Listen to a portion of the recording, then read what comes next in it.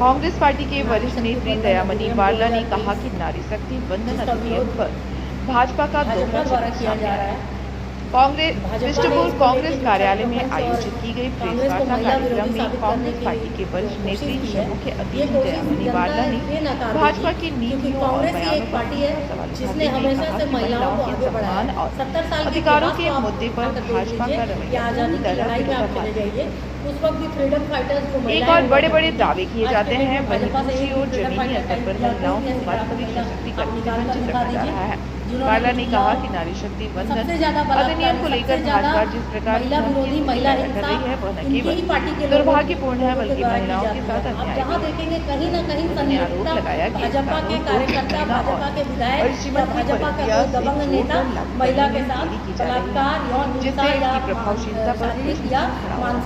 उन्होंने कहा कि कांग्रेस पार्टी ने स्थानीय निकायों से लेकर राष्ट्रीय स्तर तक महिलाओं की भागीदारी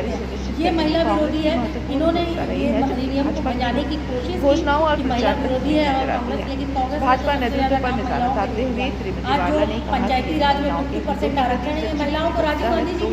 की 18 साल महिला आरक्षण कानून को तत्काल प्रभाव से लागू किया जाना चाहिए। साथ ही उन्होंने यह भी सवाल किया कि महिलाओं की सुरक्षा, बढ़ती महंगाई, बेरोजगारी और पोषण कैसे कहते हैं ये लोग इंदिरा जी जैसा कोई उन्होंने भाजपा द्वारा प्रस्तावित मशाल जुलूस को राजनीतिक प्रदर्शन करार देते हुए कहा कि इसका उद्देश्य जनता का ध्यान जिन्होंने महिलाओं को आगे बढ़ाने का झारखंड की महिलाएं अब जागरूक हैं और इस तरह के दिखावे को दिखाती है। कांग्रेस की महिला जिला अध्यक्ष नलिनी सिन्हा ने कहा कि कांग्रेस महिलाओं के अधिकारों की रक्षा के लिए हर स्तर पर जारी रखेगी और किसी भी प्रकार की राजनीतिक मुसलमान करने से सफल नहीं होने ये महिलाओं के बारे में नहीं सोचते, महिला सुरक्षा पे नहीं सोचते, रोजगार पे बात नहीं करते, युवाओं पे बात नहीं करते, किसान पे बात नहीं करते, मजदूर पे बात नहीं करते। इनकी वजह से रोजगार खत्म हो गया। एक भी इनका सांसद है, एक भी इनके विधायक है जो आगे खुल के ये बात बोले कि हाँ रोजगार में कमी आई है। मोदी जी मन की बात जो है सिर्फ और सिर्फ अपना टुकड़ा होने के लिए करते हैं, काम की बात मोदी जी ने आज तक नहीं की है। तो ऐसी सरकार का हम लोग क्या बोलेंगे, तिलांजलि बहुत जल्दी होगी। कभी कभी पाप का घड़ा जो है भरने में समय लगता है, लेकिन जब भर जाता है तो फिर दोबारा वो घड़ा आपको मौका नहीं मिलेगा, सरकार या जनता आपको मौका नहीं देगी दोबारा। प्रेस कॉन्फ्रेंस किया गया, क्या कहना चाहिए? बताइए मैम। आज कोल्हार प्रमंडल में महिला कांग्रेस के द्वारा नारी शक्ति वंदन सितंबर 2023 में जो पार्लियामेंट में सर्वसम्मति से पारित किया गया है, उस कानून को आज जिस तरह से भारतीय जनता पार्टी द्वारा ये र्यूमन फैला दिया गया है कि इसको कांग्रेस और तमाम विपक्षी पार्टियां नारी शक्ति वंदन बिल को या महिला सशक्तिकरण बिल को पास नहीं होने दिया है, वो इनका विरोध कर रहे हैं। हम लोग इसका पर्दाफाश करने के लिए आज का ये प्रेस कॉन्फ्रेंस आप लोगों के माध्यम से आम जनता तक अपनी बात को जो सच है उनको पहुंचाना चाहते हैं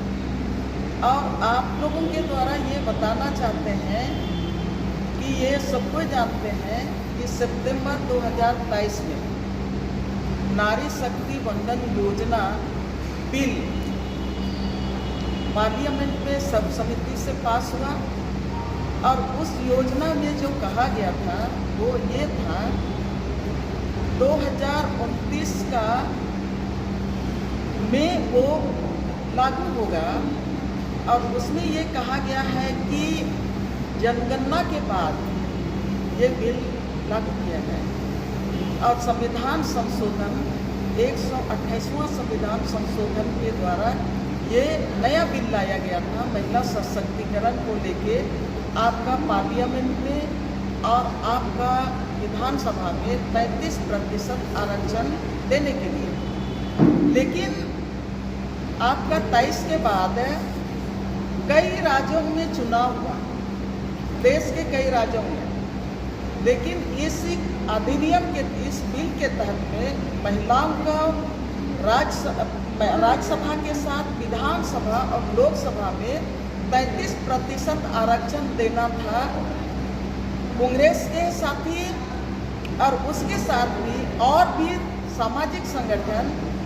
सब कोई मांग करते रहे कि इस कानून को लागू किया जाए, महिलाओं को आरक्षण दिया जाए, लेकिन मोदी सरकार ने इसको आपका 23 के बाद आज तक लागू नहीं किया। ऊपर से आपका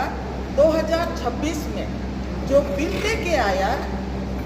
वो बिल आपका संविधान संशोधन 131वां के तहत वो आपका परिसीमन बिल को लेके आया और वो महिला आरक्षण बिल के आड़ में उसको पारित करने का कोशिश किया और वो पार्लियामेंट में पेश किया। जब ये महिला सशक्तिकरण के लिए जो 35% आरक्षण बिल 2023 में ही पास हुआ है, तो ये जो महिलाओं के आरक्षण के नाम पर बिल के नाम पर परिसीमन बिल को लाया गया और उस परिसीमन बिल का संसद में विरोध हुआ। संसद में विरोध परिसीमन बिल को लेके हुआ, लेकिन उसका जो र्यूमर फैलाया जा रहा है कि नहीं, महिला आरक्षण बिल का कांग्रेसियों द्वारा विरोध किया जा रहा है। इसी बात को हम लोग कहने के लिए आज हम लोगों का जो मांग है वो मांग है कि जो बिल 2023 में पास हुआ था महिला आरक्षण बिल, उसको केंद्र सरकार तुरंत लागू करे, आज लागू करे, अभी लागू करे। ये हम लोग मांग को लेके आज जनता के बीच में आप लोगों के माध्यम से अपनी बात को लेके आए हैं। तो अब कांग्रेस करेगी क्या, किस तरीके से जाएगी सब जगह, कहेगी इतना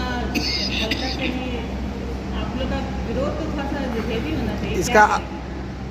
एक तो आप जो कह रहे हैं हम लोग मानते हैं कि हल्का विरोध नहीं है, लेकिन जिस तरह से सब कोई जान रहे हैं कि जितना भी बिल जन मुद्दों के खिलाफ में 2014 के बाद में केंद्र की सरकार ला रही है, उस बिल को समझने के पहले तीसरा बिल लेके आती है, दूसरा बिल को समझने के पहले ही चौथा बिल लेके आती है। उसमें जो जनता के बीच में जो बातें, सही बातें जाननी चाहिए वो नहीं जा पाती है। लेकिन आपका सवाल में हम ये कहना चाहेंगे कि अभी पूरे देश में इसको लेके विरोध हो रहा है और हम लोग भी आज जो यहाँ पर हम लोग गोहाट प्रमंडल में तीनों जिला के यहाँ पर महिला कमेटी के साथी बैठे हुए हैं। निश्चित रूप से हम लोगों का जो ये जो आज का जो विरोध होगा वो विरोध सामाजिक संगठन के साथ होगा, आम महिलाओं के साथ होगा और सब कोई मिलके हम लोग इसका विरोध करेंगे, जोरदार विरोध करेंगे। के द्वारा आरोप लगाया जा रहा है कि तमाम जो विपक्षी पार्टी है वो महिला आरक्षण के विरोध में है। तो सर मैडम आपके माध्यम से आप कहना चाहते कि आप विरोध में नहीं हैं, तो जैसा कि डिलिमिटेशन, देखिए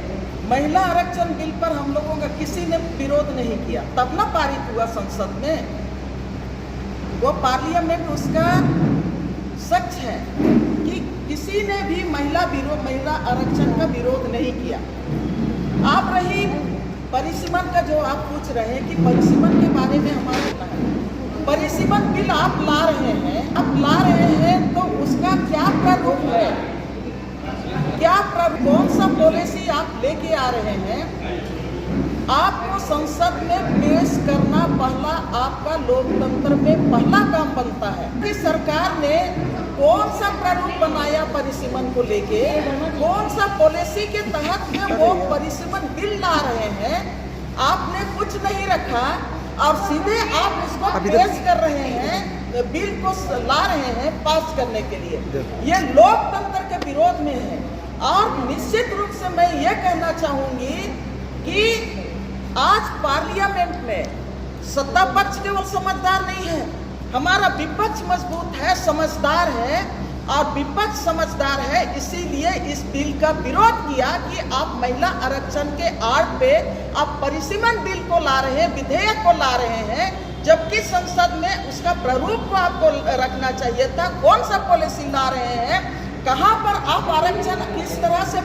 आपका ये परिसीमन रख रहे हैं, वो उसको सामने पार्लियामेंट में लाना चाहिए था, लेकिन आपने नहीं किया। ये अलोकतांत्रिक तरीके से केंद्र सरकार जो काम करना चाह रही थी और परिसीमन बिल को लाना चाह रही थी, उसका विरोध हुआ है और आगे भी विरोध होगा। परिसीमन का लोग विरोध नहीं कर रहे हैं, लेकिन आपका जो अलोकतांत्रिक तरीके से आप देश की जनता को गुमराह करना चाह रहे हैं, आप इस अलोकतांत्रिक जो मानसिकता है उसका हम लोग विरोध कर रहे हैं। चलिए।